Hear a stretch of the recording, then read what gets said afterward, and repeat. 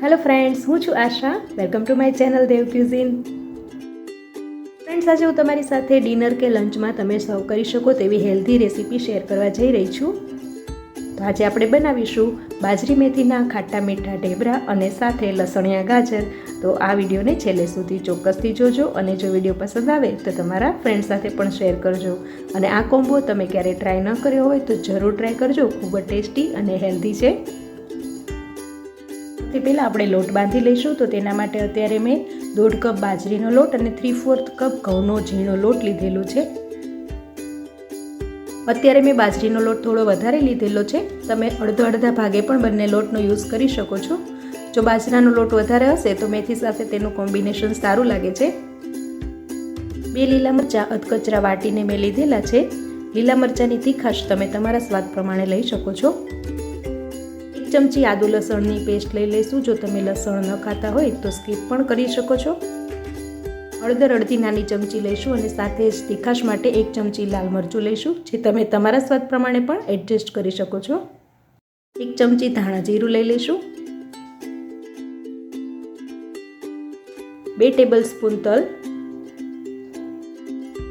ઢેબરાને સરસ ખાટો મીઠો ટેસ્ટ આપવા માટે અડધો કપ ખાટું દહીં એડ કરીશું. દહીં ખાટું હશે તો ઢેબરા ટેસ્ટી બનશે. ખટાશને મેન્ટેન કરવા માટે 2 ટેબલસ્પૂન ખાંડનું બૂરું લઈ લઈશું.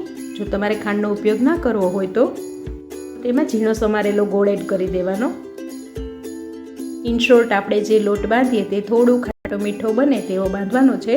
હવે તેમાં આપણે ફ્રેશ લીલા કોથમીરના પાન એડ કરીએ. સાથે જ 1 થી 1.5 કપ જેટલી મેથી લઈ વોશ કરી અને ઝીણી સમારીને એડ કરીશું.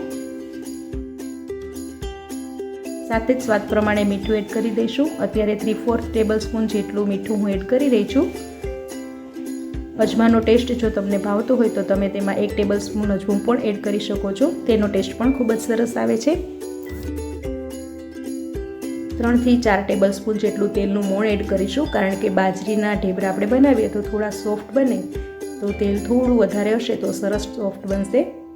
હવે બધું એકવાર સારી રીતે મિક્સ કરી લેવાનું, જેથી મેથી અને કોથમીરનું પાણી રિલીઝ થાય તો તેમાં મેક્સિમમ લોટ સમાઈ જાય અને વધારાનું પાણી એડ કરવાની આપણને ખબર પડે. તો થોડું પાણી એડ કરતા જઈને લોટ બાંધવાનો છે. એકસાથે પાણી એડ કરી અને લોટ બાંધીશું તો બની શકે કે લોટ ઢીલો થઈ જાય. તો આ રીતે થોડું પાણી એડ કરી અને લોટ બાંધી લઈશું. તો આ રીતે થોડું પાણી કરીને લગભગ 1/4 કપ જેટલું જ પાણી મારે યુઝ થયું છે અને એકદમ સરસ પરોઠા જેવો કઠણ લોટ બંધાઈ ગયો છે. લોટમાં આપણે રેસ્ટ આપવાની જરૂર નથી, તો અડધી ચમચી તેલ નાખી અને લોટને સારી રીતે કેળવી લઈશું. જ્યારે પણ આપણે બાજરાના લોટનો યુઝ કરતા હોય ત્યારે જો લોટને રેસ્ટ આપે તો લોટ ઢીલો થઈ જતો હોય છે. તો ઇન્સ્ટન્ટ જ લોટ બાંધી અને આપણે તેમાંથી ઢેબરા બનાવીશું.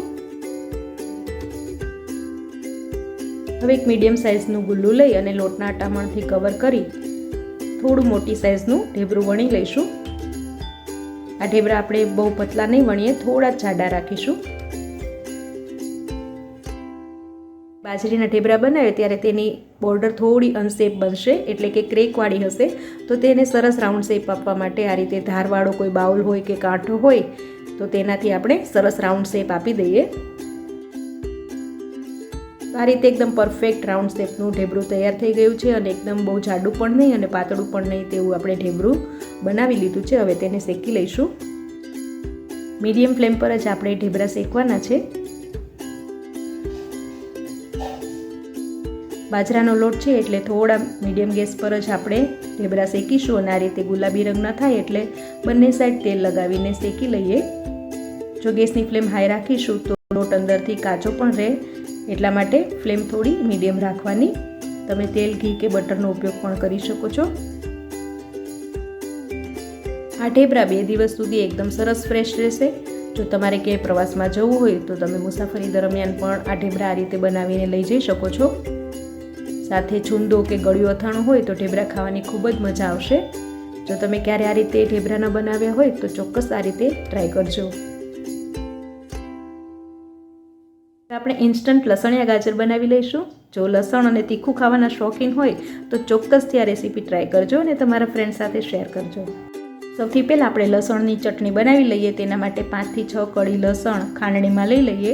અત્યારે લસણ ઓછું છે એટલે મેં ખાંડણી લીધી છે. તમે મિક્સરમાં પણ વધારે ક્વોન્ટિટી હોય તો ક્રશ કરી શકો છો. હવે તેમાં મીઠું નાખી અને પીસી લઈશું. ત્યારે મેં 3 ગાજરનું માપ લીધેલું છે તો એ પ્રમાણે મીઠું અને 2 ચમચી લાલ મરચું એડ કરી દઈશું. લસણમાં મીઠું નાખીને વાટવાથી લસણ એકદમ સરસ લીસું વટાઈ જશે અને તેમાં સારા એવા પ્રમાણમાં લાલ મરચું સમાઈ જશે. તો આ રીતે એકદમ સરસ લાલ મરચાંની ચટણી, લસણની ચટણી આપણે તૈયાર કરી લઈશું. તો આ રીતે સરસ વાટીને લસણની ચટણી તૈયાર થઈ ગઈ છે.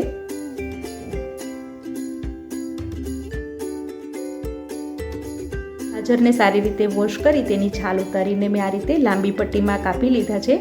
હવે તેમાં આપણે બનાવેલી લસણની ચટણી એડ કરી દઈએ. 1 ચમચી લીંબુનો રસ એડ કરી દઈએ. હવે તેમાં ઝીણા સમારેલા થોડા કોથમીરના પાન નાખી અને હાથેથી બધું સારી રીતે મિક્સ કરી લેવાનું છે, જેથી લસણની ચટણી બધા જ ગાજરમાં સારી રીતે કોટ થઈ જાય. 2 ચમચી તેલ મેં ગરમ કરવા મૂકી દીધેલું છે.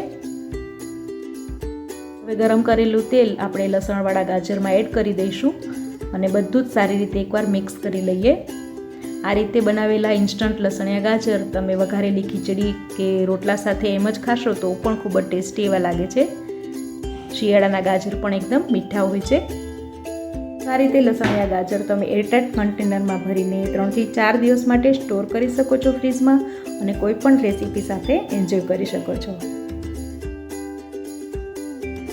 તો ફ્રેન્ડ્સ, તૈયાર છે ગરમા ગરમ મેથી બાજરીના ઢેબરા અને સાથે તીખા એવા લસણિયા ગાજર.